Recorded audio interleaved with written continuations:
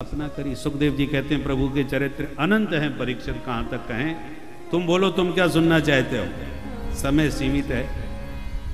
परीक्षित ने कहा महाराज आप जो चरित्र सुना रहे हैं प्रभु के, ये कान कभी तृप्त होते ही नहीं सुन करके। पर एक नाम प्रभु का दीन बंधु है, तो कभी किसी दीन पर कृपा की भी है या नहीं, किसी दीन को बंधु बनाया भी था कि नहीं। ये सुनते ही सुखदेव जी को सुदामा जी याद आ गए। तो वासुदेवे भगवती निमग्न हृदयो ब्रवीत। भगवान वासुदेव की करुणा कृपा का स्मरण करके निमग्न हृदय, प्रेम में डूब गए सुखदेव जी।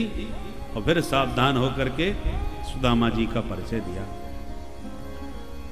कृष्णस्यासीत् सखा कश्चित् ब्राह्मणो ब्रह्मवित्तमः विरक्त इंद्रियार्थेषु प्रशांतात्मा जितेन्द्रियः।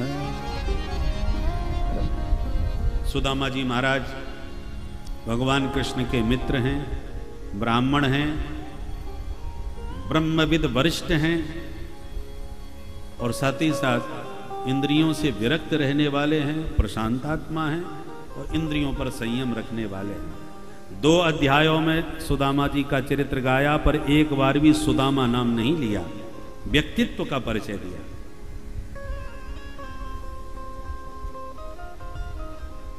व्यक्ति नाम तो चाहता है पर काम कुछ नहीं करना चाहता, और यदि काम पर ध्यान दे तो नाम अपने आप हो जाता है। फिर नाम चाहना नहीं पड़ता। तुम्हारा काम अच्छा हो तो जीते जी कौन कहे, मरने के बाद भी तुम्हारा नाम अमर रहेगा। 23 वर्ष की अवस्था में भगत सिंह जी ने जो कारनामा कर दिखाया, आज भारतवासियों के हृदय में विराजमान है। तो काम दिखाने वाले तो छोटी सी अवस्था में बड़ा काम कर जाते हैं। विवेकानंद जी की बहुत लंबी उम्र नहीं थी, आदि शंकराचार्य जी की लंबी उम्र नहीं थी। छोटी छोटी अवस्था में क्या चमत्कार दिखा दिया। ज्ञानेश्वर जी महाराज, ये भारत के ही वो विभूतियां हैं जो उन्होंने छोटी सी अवस्था में चमत्कार दिखा दिया और अमर हो गए इतिहास के पन्नों में। नाम तो हम चाहते हैं पर काम नहीं करना चाहते। और भारत के ऋषि मुनि कहते हैं काम करो, नाम अपने आप तुम्हारे आगे पीछे दौड़ेगा। और यहां पर नाम तो लिया ही नहीं, केवल सुदामा जी के व्यक्तित्व का परिचय दिया। जितेंद्रिय होना सामान्य बात नहीं, प्रशांत आत्मा रहना सामान्य बात नहीं। अंधवत पश्य रूपाणी शृणु शब्दम अकर्णवत। आंख होते हुए भी जो अंधे की तरह देखता है, कान होते हुए भी जो बहरे की तरह सुनता है। काष्ठवत पश्य वै रूपम प्रशांतस्येति लक्षणम। जितने शरीरधारी हैं उन्हें कठपुतली की तरह देखता है।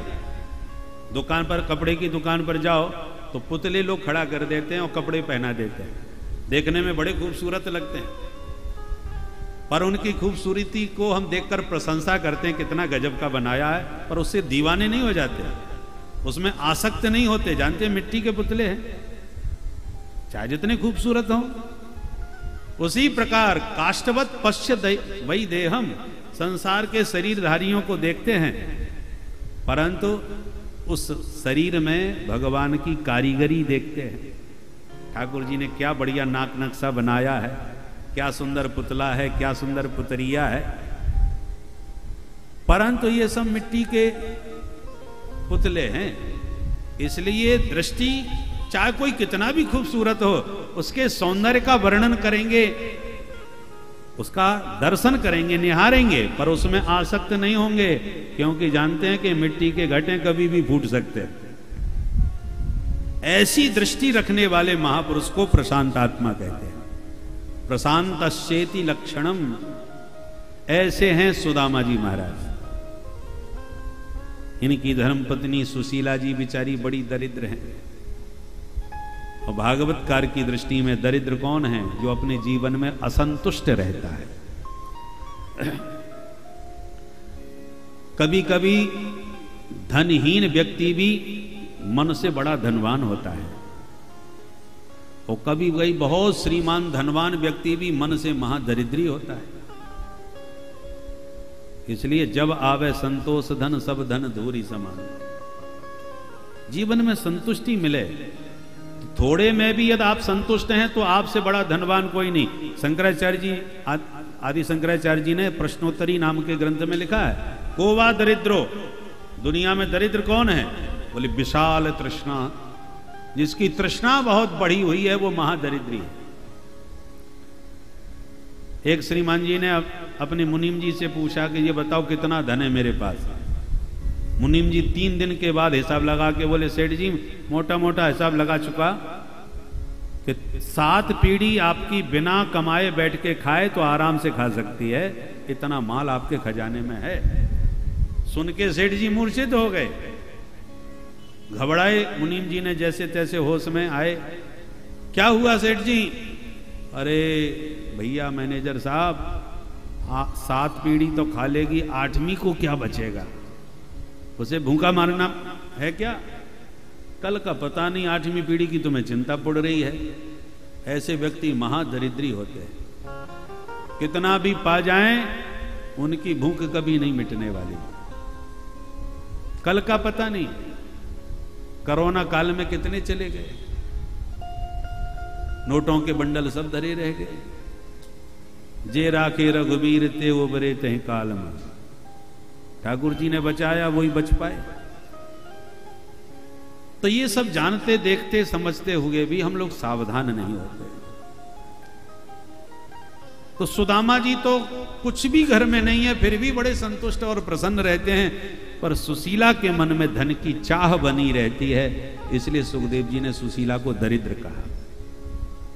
ये थोड़ी दरिद्र है। एक दिन सुशीला को किसी महात्मा से सूचना मिली कि तुम्हारे स्वामी के सखा द्वारकानाथ कृष्ण हैं, या तुम्हारे पतिदेव वहां चले गए तो चकाचक हो जाएगा मामला। तो सुशीला को विश्वास नहीं हुआ, सुनकर पूछ दिया, ननु ब्रह्मन भगवत सखा साक्षात् श्रियः पति। महाराज मैंने जो सुना है क्या ये सच है? द्वारकानाथ आपके मित्र हैं? चौंकते हुए सुदामा जी बोले, हाँ बात तो बिल्कुल ठीक है, पर तुझे किसने बताया? बोले, धन्य है प्रभु, इतनी बड़ी बात आपने आज तक मुझे तक नहीं बताई।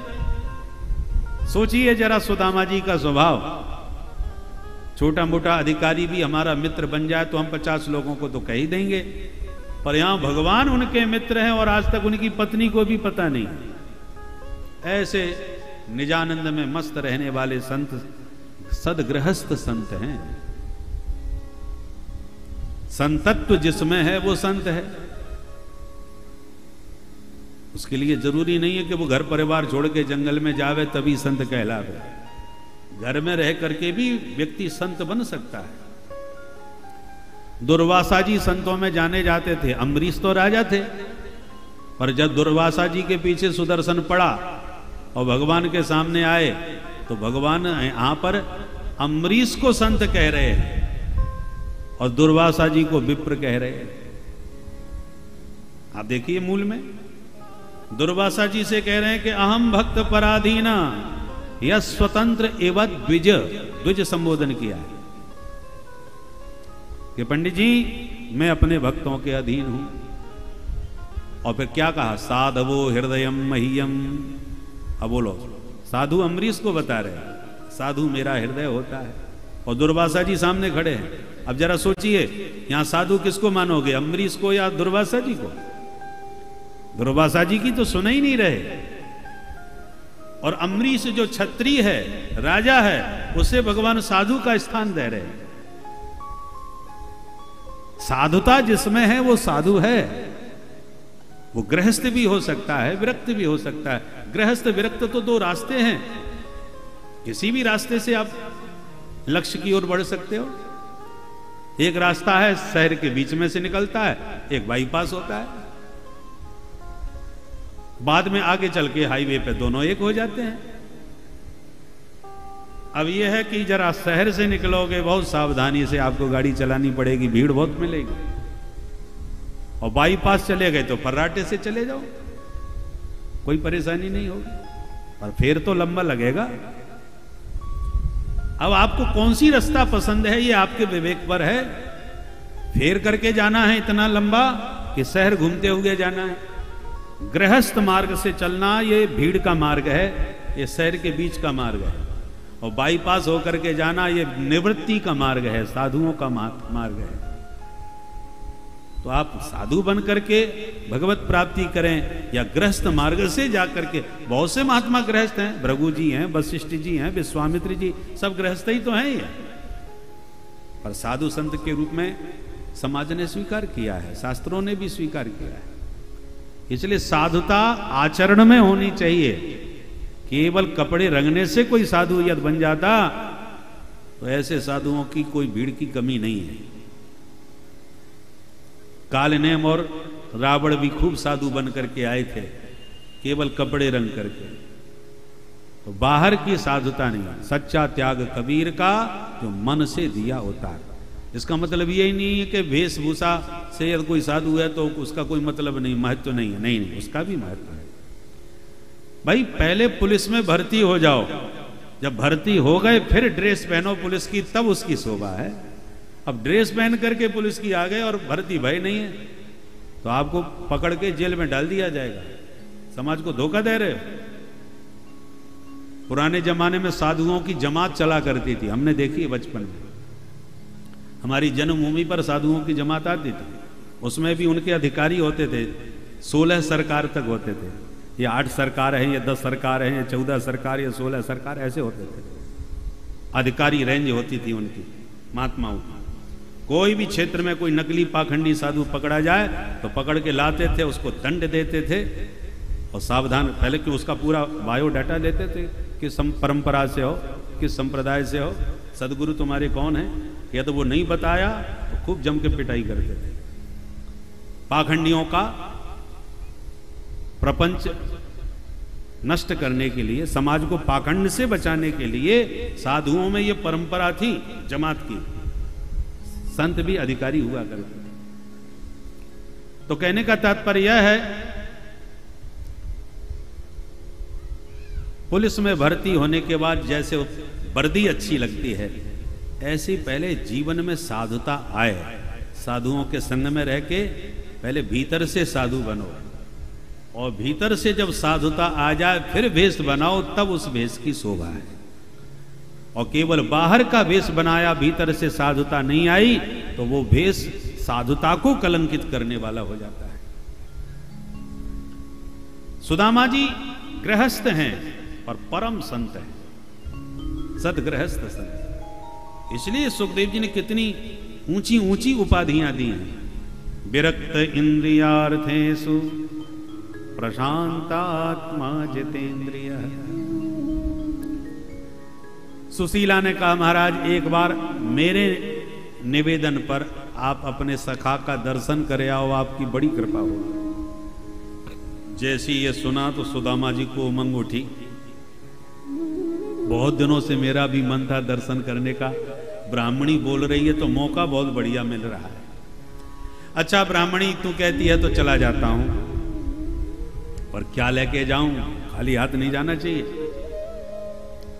सुशीला भाग करके गई, 4 घर से एक एक मुट्ठी चावल मांग लाई, वस्त्र के खंड में बांध करके दे दिया और कहा यही तुझे भेंट दे देना महाराज। सुदामा जी बगल में पोटली दवाई चल दिए। चलते चलते थक गए तो वृक्ष की छांव में सो गए। भगवान ने ऐसी लीला करी कि योग माया के प्रभाव से द्वारका में लाके सुला दिया। निद्रा भंग हुई, चारों तरफ भव्य भवन देख के भौचक के रह गए। भैया ये हम कहाँ गए। एक राहगीर से पूछा, भैया द्वारका कितनी दूर होगी यहाँ से। बोले बाबा द्वारका में ही तो खड़े हो आप, द्वारका आ गए। बोले आ गए बाबा। द्वारका में कहाँ जाना है। बोले अपने कन्हैया से मिलवे जा रहे। ये कौन है, उनका कुछ एड्रेस मालूम है। सेक्टर नंबर क्या है, गली नंबर क्या है, मोहल्ले का नाम क्या है? बोले ये सब का झूना मालूम। हम तो ऐसे सुन रखे हैं कि वो यहाँ को राजा है। राजा है? हाँ भैया, वो मेरो मित्र भी है, इसलिए प्यार से कन्हैया कहूं। नाम तो वाको कृष्णचंद्र है। जो कृष्णचंद्र नाम सुना राहगीर भौचक के रह गए। बाबा मालूम है किसका नाम ले रहे हो? वो हमारे राजा धीराज हैं, मालिक हैं, उनका नाम कोई ऐसे लेता है? अरे कुछ आदर पूर्ण विशेषण लगाओ। श्री श्री 1008 श्री महाराजा धीराज गोविप्र प्रतिपालक भगवान द्वारकाधीश जी महाराज, कृष्णचंद्र जी महाराज, कुछ विशेषण लगा के बोलो। सुदामा जी तो घबरा गए, तो बड़ो लंबो चौड़ो नाम सुनाई दियो जाने। अच्छा ठीक है भैया, ये तो बता दे तुम्हारे महाराज मिलेंगे कहाँ? रागीर बोला ये जितने भी पंक्तिबद्ध भवन हैं सब महाराज के ही हैं, ब्राह्मणों के लिए दरवाजे खुले हैं। तब तो हिम्मत आ गई और सुदामा जी हिम्मत करके रुक्मिणी के महल में घुस गए। सेवकों ने स्वागत करते हुए कहा महाराज कहां से पधारे? सुदामा जी ने परिचय देते हुए कहा कि भैया जाके भीतर खबर कर दो महाराज से, तुम्हारे एक बचपन के मित्र सुदामा ब्राह्मण मिलवे को आए हैं। ठीक है महाराज विराजो। द्वारकाधीश के दरबार में द्वारपाल ने पूरा संदेश दिया कि प्रभु हमने बहुत आपके भक्तों को देखा, पर ऐसी अवधूत वृत्ति वाला आपका मित्र हमने पहली बार देखा। ऐसा कौन है? परिचय दिया। शीस पगान झगा तन में, प्रभु जाने को आहे बसे के ही ग्रामा। धोती फटी सिलटी दुपटी, और पाए उपान की नहीं श्यामा। द्वार खड़ो दुज दुर्बल देख, रहो चक सो वसुधा अभिरामा। पूछत दीन दयाल को धाम, बतावत आपनो नाम सुदामा। जो सुदामा नाम प्रभु के कान में पड़ा, द्वारकानाथ कूद पड़े सिंहासन से और इतने वेग से दौड़े दरवाजे की ओर के सारी सभा में हड़कंप मच गया। ये महापुरुष कौन आया जिसके स्वागत में महाराज स्वयं भागे चले जा रहे? द्वारपाल के होश उड़ गए। 7 जोड़ी पार भगवान मुख्य द्वार पर पधारे, जहां सुदामा जी लकुटिया लिए अनेक संकल्प विकल्प में खोए थे। जो प्रभु की दूर से दृष्टि पड़ी, दौड़ करके सुदामा जी को उठा के अपने हृदय से लगा लिया। बोल दीन बंधु भगवान की जय। दोनों मित्र एक दूसरे के कंठ लग करके इतने आनंद मग्न हो गए, देह का भान नहीं रहा, नेत्र सजल हो गए। हाथ पकड़ के भवन के भीतर प्रभु लाए, अपने पद पर सुदामा जी को बैठाए और स्वयं सुदामा जी के चरणों में बैठकर उनके दोनों चरण अपनी गोदी में उठा लिए। पीतांबर से एक एक करके चरणों की धूल झाड़ने लगे। देखने वाले सब दंग, ये अवधूत है कौन? भगवान ने रुक्मिणी को इशारा किया, जल्दी से जल लाओ। रुक्मिणी भागी। भगवान सुदामा जी के तलवे साफ करने लगे तो उसमें देखा अनगिनत कांटे चुभे हुए हैं। एक एक करके कांटा निकालते हैं, कांटे के साथ रक्त भी निकल पड़ता है। ऐसे रक्त रंजित मित्र के चरणों की दशा देखकर द्वारकानाथ इतने द्रवित हुए कि जब तक रुक्मिणी भीतर से जल लाती तब तक भगवान के दोनों युगल नयनों से गंगा यमुना की ऐसी जलधारा बही, सुदामा जी के दोनों चरण उसी जल से धुल गए। बोल दीन बंधु भगवान की। ऐसे बेहाल विवाहिन सो, पग कंटक जाल लगे पुनि जोए। हाय महा दुख पायो सखा, तुम आए इते न किते दिन खोए। देख सुदामा की दीन दशा, करुणा करके करुणा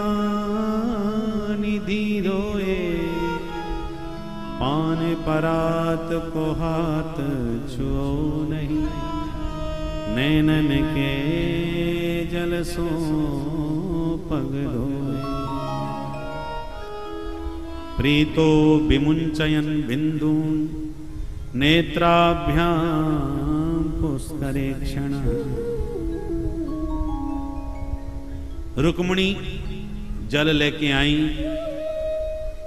और जैसे यह दृश्य देखा तो आप उसमें चर्चा करने लगी, सब धूत ने कौन सा पुण्य किया होगा। भगवान ने चरणोदक रुक्मिणी को दिया और कहा, देवी इस आंगन को पावन कर दो इस पवित्र जल से। आज मैं पवित्र हो गया इस महापुरुष के चरणोदक को पाकर। हाथ पकड़ के भगवान सुदामा जी को अंतःपुर में लाए, स्नान करवाए, नए वस्त्र पहनाए, विविध व्यंजनों का भोजन प्रसाद पवाए, निज सैया पर ला करके शयन कराए। पया फैन निभा सैया, सुखदेव जी कहते हैं दूध के झाग के समान शुभ्र स्वच्छ सुकोमल सुखद सैया पर सुदामा जी को शयन कराया। लेटते ही सुदामा जी को लगा जैसे क्षीर सिंधु में अवगाहन कर लिया, क्षीर सागर में मानो लेट गए। भगवान चरण दबाने बैठ गए। रुक्मिणी ने देखा मालिक चरण सेवा कर रहे हैं तो दासी को भी कुछ सेवा करनी चाहिए। पंखा लेके आई, एक निकट खड़े होकर के सुदामा जी की हवा करने लगे। सुखदेव जी कहते हैं, परीक्षित बोलो कौन कहेगा सुदामा दरिद्र है। साक्षात महालक्ष्मी जिसके लिए पंखा जल रही हो, लक्ष्मी पति जिसके चरण दबा रहे हो, संसार में इससे बड़ा धनवान कौन हो सकता है। बोल दीन बंधु भगवान की। प्रभु को लगा कि इतनी देर से मित्र आया हुआ है पर कुछ बोल नहीं रहा। सुदामा जी की कुछ बोलने की हिम्मत ही नहीं पड़ रही ऐश्वर्य देख देख करके। तो भगवान ने धीरे से प्रश्न पूछ दिया, अपि ब्रह्मन् गुरुकुलात् भवता लब्ध दक्षिणात् समावृत्तेन धर्मज्ञ भार्योढ़ा सदृशी नवा। मित्रवर, बहुत वर्षों के बाद आपके दर्शन भये हैं। सबसे पहले मुझे ये बताओ तुमने विवाह किया कि नहीं। इस पर सुदामा मुस्कुरा गए, आंखों से इशारा किया, भैया या के अतिरिक्त और कोई बात ना मिली पूछवे की। भगवान बोले, बचपन से बैरागियों की बातें बहुत करते थे, इसे कहीं बाबा जी यही तो नहीं बन गए, इसलिए पूछना पड़ रहा है। सुदामा जी बोले, भैया विवाह तो कर लियो कन्हैया, तेरी भाभी को नाम है सुशीला। ब्राह्मणी को जैसो ही नाम है वैसो ही स्वभाव है, तो जीवन की गाड़ी आनंद से चल रही है लाला। अब तू बता तेरो विवाह भयो कि ना। भगवान हाथ जोड़ के बोले, मित्र मेरी मत पूछो, हम बताएंगे जब घर में ही हो। पर पहले ये बताओ, चुपचाप तुमने अकेले अकेले चुप ही विवाह कैसे कर लिया। अरे हमें खबर तो पहुंचानी चाहिए। सुदामा जी हाथ जोड़ के बोले, कन्हैया काय को बात बनावे, तो ही बुलावो कोई हंसी खेल है। भगवान बोले, छोड़ो इन बातों को, जो बीत गयो बा के बारे में कहा विचार करनो। पहले ये बताओ, भाभी जी से कहूं मेरो परिचय करायो कि ना, मेरे बारे में बतायो। सुदामा जी बोले, सांची कहूं कन्हैया, तेरी भाभी नहीं भेजो है तेरे पास। अरे भैया संसार में तो को कौन ना जाने कन्हैया। जब तेरी भाभी को खबर लगी कि हमारी तेरी यारी है, वो मेरे ही पीछे पड़ गई। अरे जाओ एक बार मिलके आओ। तो मोको भी बहुत दिन आते याद आ रही थी, मैंने सोची ब्राह्मणी बोल रही है तो बड़ो अच्छो मौको है, चले आए। भगवान बोले, समझ गए हो, अपने मनते ना आए, भाभी के धक्का देवे पर आए हो। हम जाने तुम्हारो स्वभाव, तुम्हें काऊ की याद ना आवे, बैरागी ठहरे। अच्छा एक बात बताओ, यदि भाभी जी ने भेजो है तो मेरे ताई कछु न कछु माल पानी खावे पीवे को जरूर भेजो हो। अब सुदामा जी घबराए, इतनो बड़ो ये राजा, इतने ठाठ, और मैं 4 घर के मांगे भाई टूटे फूटे चावल दिखाऊंगा तो ये कहा सोचेगो मेरे बारे में। बगल में पुटरिया जोड़ से दवाई ली छुपाई ली। अरे कन्हैया भैया, हम गरीब ब्राह्मण, हमारी का सामर्थ्य तेरे ताई कछु लावे की। भगवान बोले, ऐसी बातें मत कियो करो, यदि लाए हो तो दो, नहीं तो कोई बात ना है। तो मैं कछु ना लायो कि नहीं आ। हंसने लगे भगवान, बोले मित्र तुम्हारी बचपन की आदतें अभी भी सुधरी नहीं है। क्या मतलब? बोले याद है जब दोनों भैया एक बार गए थे जंगल में? अरे हाँ कन्हैया याद आ गई। अरे बादना कितना भयंकर पानी बरसो, समिधा लकड़ी सिर पर लाद के जब देखा पानी धुआंधार बरस रहा है तो हमको वृक्ष के नीचे सारी रात काटनी पड़ी, पानी में रास्ता ही नजर नहीं आ रहा था। भगवान बोले हाँ अब याद आई आपको सही। तो ये भी याद होगी कि उस दिन पानी में भीगने से रात भर तुम्हारे दांत कितनी जोर से कटकटा रहे थे। सुदामा जी समझ गए ये तो कछु और कहवे बारो है भाई। सुदामा जी तुरंत प्रसंग बदल दी। अरे कन्हैया छोड़े इन बातों को भैया, वो विद्यार्थी जीवन की बातें कछु और हो। ये सारे में कहा कि ये कौन खड़ी है या देवी के सामने अपने बचपन की बात बताया को वो का सोचेगी मेरे बारे में, हमसे को बा के सामने बेइज्जती तो न कर मेरी। तो भगवान ने प्रसंग बदल दिया। मित्र लगता है तुम मेरा स्वभाव बिल्कुल भूल गए, याद दिलाई देता हूं। पत्रम पुष्पम फलम तोयम यो में भक्त्या प्रयक्षति। भगवत गीता में और श्रीमद् भागवत में ज्यों का त्यों ये श्लोक। भगवान अपना स्वभाव बता रहे हैं कि मैं पदार्थों का भूखा नहीं हूं कि 56 भोग लगाओगे तब खाऊंगा। एक पत्ता हो, एक फूल हो, एक फल हो, कुछ ना हो तो चुल्लू भर जल हो।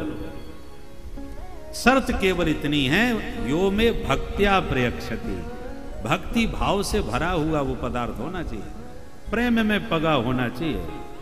नहीं तो दुर्योधन के 56 व्यंजन को भी मैं ठुकरा देता हूं और प्यार से भरा हो तो विदुरानी चाची का सूखा बथुआ का साग भी खा करके खुश हो जाता हूं। प्रेम का भूखा हूं मैं, प्रेम ही एक सार है, प्रेम से मुझको भजो तो भव से बेड़ा पार है। सुदामा जी बोले लाख प्रवचन सुनाए दे, जब हम कछु लाए ही ना है तो दें कहां थे भाई। प्रभु समझ गए बड़े संकोची हैं भाई। अच्छा नहीं लाए तो छोड़ो, पर एक बात बताओ, मैं बड़ी देर से देख रहा हूं मित्र, तुम जब से आए हो ये हाथ दबाए काय क्यों बैठे हो, ये कौन सी बीमारी लग गई?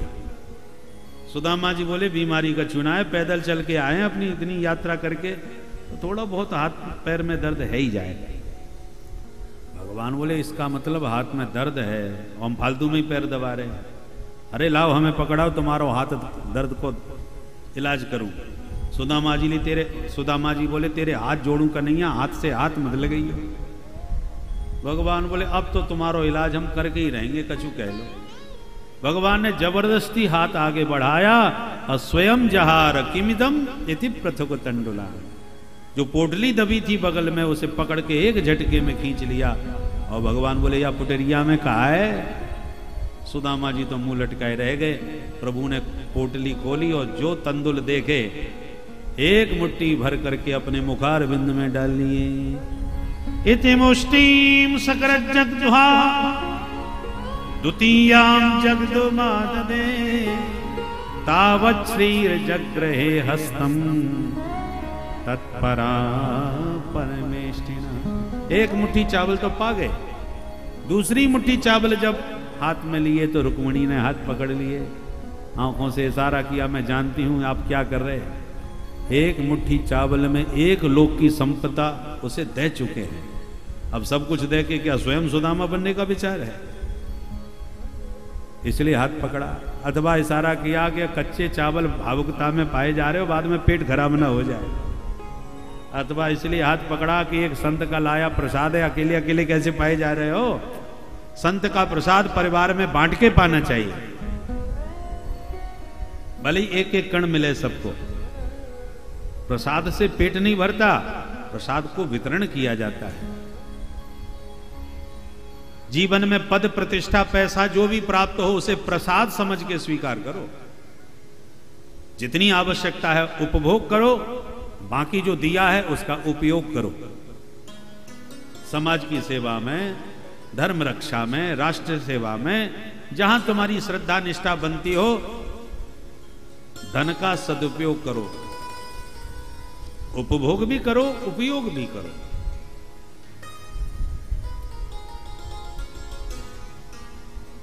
सुखदेव जी कहते हैं, राजन सुदामा जी को क्या दिया ये सुदामा जी को कुछ पता नहीं चला। भगवान बोले, मित्र बता नहीं सकता कितना स्वाद आया, और इतनी देर से छुपाए बैठे थे। सारी रात बातें हुई, बरसों बाद मित्र मिले हैं, और जैसे ही ब्रह्म मुहूर्त हुआ, स्नान ध्यान करके संध्या तर्पण करके सुदामा जी बोले, कन्हैया घर चलेंगे। अब सुदामा जी का त्याग वैराग्य देखिए। आपका मित्र यदि मुख्यमंत्री बन जाए तो आप चाहोगे कि कम एक बार मुख्यमंत्री के आवास में हम ही तो चल के मौज मस्ती करके आए, हमारा बचपन का दोस्त है भाई, मेहमान बन के जाएंगे, आनंद लेके आएंगे, 2-4 दिन तो मस्ती करेंगे। परंतु सुदामा जी, मैत्री समानता में होती है, याद रखिए। भगवान ने सुदामा को मित्र बनाया तो ऐसे नहीं बनाया, अध्यात्म की अपूर्व पूंजी है सुदामा जी के पास, अद्भुत पूंजी है, अध्यात्म के धनी हैं, संतोष का खजाना इनके पास है। जिनके घर में 5-5 दिन तक चूल्हा नहीं जलता था, पानी पी करके ही रह लेते थे, ये घर की हालत में भी सुदामा जी एक दिन से दूसरे दिन रुके नहीं द्वारकाधीश के पास। मित्र ने अपना लिया, मिल लिए, जुल लिए, देख लिए, अब ज्यादा रुकेंगे तो मन में सोचेगा ये दरिद्री खाने के लिए पड़ा है। मित्रता में कहीं कमी ना आ जाए, दृष्टि में कहीं भेद ना आ जाए, इसलिए इतने सुख सामग्री के रहते हुए भी सुदामा जी एक रात से ज्यादा नहीं रुके, चल दिए। और गजब की बात यह है कि भगवान ने एक बार भी नहीं कहा कि आज और रुक जाओ। सुदामा जी बोले, लाला चलेंगे, तो भगवान बोले, जैसी आपकी मर्जी। तुरंत विदा कर दिया, नगर के बाहर तक छोड़े आए। सुदामा जी मन में सोच रहे, मैंने एक बार कही, यानी झूठी ना कही कि आज रुक जाओ भाई, छोड़वे आ गए। खैर वो तो सब ठीक है, परंतु ब्राह्मणी मुंह को काय को धक्का मार रही थी कि जाओ मिले आओ।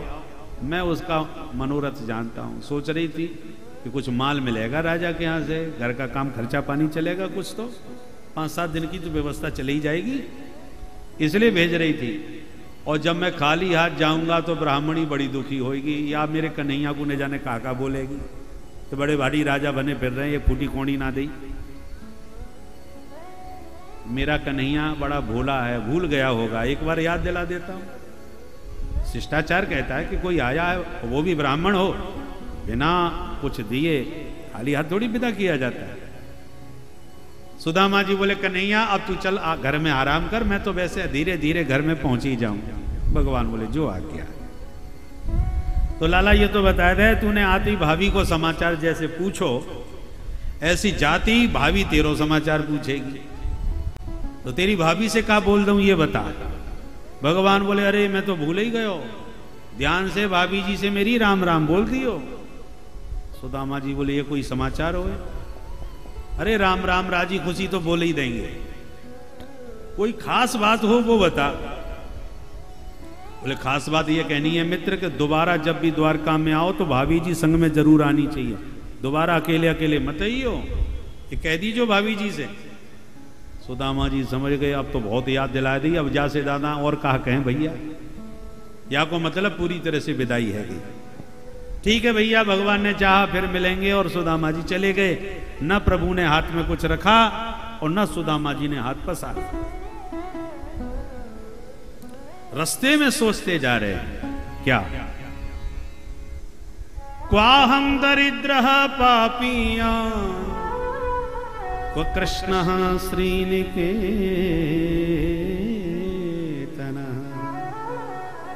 ब्रह्म बंधुरिते स्माहं बाहुभ्यां परिरम्यता। कहाँ मेरे जैसा दीनहीन ब्राह्मण, कहाँ श्रीपति द्वारकाधीश, पर दौड़ के मुझे भुजा पास से हृदय लगा लिया, बाहु पास में बांध लिया। इससे ज्यादा संपत्ति और क्या चाहिए? धन नहीं दिया, उसका भी कारण मैंने समझ लिया। जन्म के दरिद्री को एक साथ संपत्ति मिल जाए तो उसकी बुद्धि बिगड़ते देर नहीं लगती। जीवन में कभी हाथ में 5 लाख रुपए लेके भी नहीं देखे, और आज जनता ने आशीर्वाद दे करके पहुंचा दिया ऊपर के पद पर, और सरकार ने सीधे 5 करोड़ पकड़ा दिए, जाओ क्षेत्र का विकास करो। तो श्रीमान जी पहले अपने विकास में जुट जाते हैं, पहले हम तो विकसित हो जाएं तब तुम्हें विकसित करेंगे। तो जन्म के दरिद्री को यदि संपत्ति मिलेगी तो बुद्धि बिगड़ेगी। सुदामा जी विचार कर रहे हैं, अधनोयम धनम प्राप्य माद्यनुस्मयी नमः स्मरेत इति कारुणिको नूनम धनम में भूरि ना ददार। इसलिए धन नहीं दिया ताकि मेरी बुद्धि शुद्ध बनी रहे, भजन में मन लगता रहे। ऐसा भाव मन में लिए सुदामा जी लौटे। जहां झोंपड़ी थी वहां इतना विशाल भव्य भवन देखा कि भौंचक के रह गए। भाई जगह तो ये हमारी ही है, ये महल कौन को बन गए रातों रात। अरे समझ गए, काऊ राजा को जगह भाई गई तो झोंपड़ी हमारी तोड़वाए दी, अपनो महल बनवाए दिए। चलो झोंपड़ी गई तो गई, पर पंडितानी कहां चली गई। बेचारे महल के चक्कर काटवे लगे। दास दासियों ने सुशीला महारानी को सूचना दी, महारानी जी देखो ये ब्राह्मण कब से चक्कर काट रहा है घर के। सुशीला ने झरोके से झांका, जो सुदामा जी का दर्शन किया, आनंद में उछल पड़ी सुशीला। 16 श्रृंगार करके श्रृंगार कक्ष से सज धज के निकली, स्वर्ण थाल में आरती सजाए छम छम करती सुशीला दास दासियों से घिरी हुई मुख्य द्वार से जब बाहर निकली महल के, सुदामा जी ने दूर से दृष्टि डाली, ये महारानी कौन महल से आ रही है। मालूम पड़े भाई ये महल की महारानी कहीं पूजा पाठ करके जा रही है, पूजन को थाल लेकर के। सुदामा जी रास्ता खाली करके कोने में किनारे हाथ जोड़ के खड़े हो गए। सुशीला छम छम करती सन्मुख आके प्रणाम की और आरती उतारवे लग गई। अब सुदामा जी डर गए, ये हमारी आरती काय क्यों कर रही है भाई, जान नहीं पहचान नहीं। हाथ जोड़ के बोले, देवी जी आपको परिचय। सुशीला जोड़ से हंसी, धन्य है प्रभु, ऐसे सखाते मिले क्या मोइये भूल गए, मुकु ना पहचानो। तब सुदामा जी की दृष्टि मुखारविंद पर गई, होश उड़ गए सुशीला का मुख चंद्र देख करके। धन पानी आवे तो चेहरा मोहरा सब बदल जाए। आजकल तो काले भी गोरे हो जाते हैं, पैसा में वो चमत्कार है। पत्नी वीक्ष विस्फुरंती देवी बैमान की दासीनाम निष्कंठीना मध्य भांति सुविस्मिता। दास दासियों के बीच सुशीला ऐसी लग रही है जैसे कोई देवांगना आकाश मंडल से उतर के आई है। सुदामा जी बोले, अरे ब्राह्मणी, ये तेरे तन पे चमचमाती साड़ी, हाथ में दमदमाती सोने की थारी, इतनी ऊंची ये महल अटारी, कहां ते मिल गई तो वो। सुशीला बोली, आपके सखा ने कछु ना बतायो का महाराज। ऐसा द्वारकानाथ श्री हरि की कृपा कोई कमाल है। अब सुदामा जी सब समझ गए, ब्राह्मणी सचमुच कन्हैया बहुत छलिया है। क्यों का भयो? अरे ब्राह्मणी हम बातें मिलवे गए, विदाई में फूटी कौड़ी ना धरी मेरे हाथ पे, सूखे के सूखे विदा कर दिया, और चुप्पी आकर के कैसो चमत्कार दिखा के चलो गए। मुँह को खबर तक ना पड़ी, मुँह को एक संकेत ना दियो वाने। मित्र की सहायता कैसे करनी चाहिए कन्हैया से सीखो। मित्र को हाथ पसारना पड़ा और उसके हाथ पर आपने कुछ रख दिया तो जिंदगी भर तुम्हारे एहसान के नीचे दब जाएगा। इसलिए ऐसे दो के लेने वाले को खबर भी ना चले कि कैसे आ गया। निज दुख गिरी समरज कर जाना, निज दुख गिरी समरज कर जाना, मित्र ही दुख रज मेरु समाना, मित्र ही दुख रज मेरु समाना, जैन मित्र दुख होए दुखारी,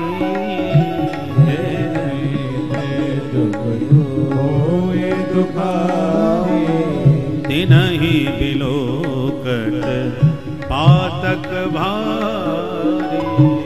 नहीं विलोकत पातक भारी। मैत्री धर्म राम जी ने सुग्रीव को अपनाते समय बताया, कन्हैया ने भी वही करके दिखाया। ऐसे जो सुदामा जी संसार की दृष्टि में दीनहीन कहे जाते थे, आज जैसी प्रभु की द्वारकापुरी वैसी ही सुदामापुरी बना करके प्रदान कर दी। बोल दीन बंधु भगवान की।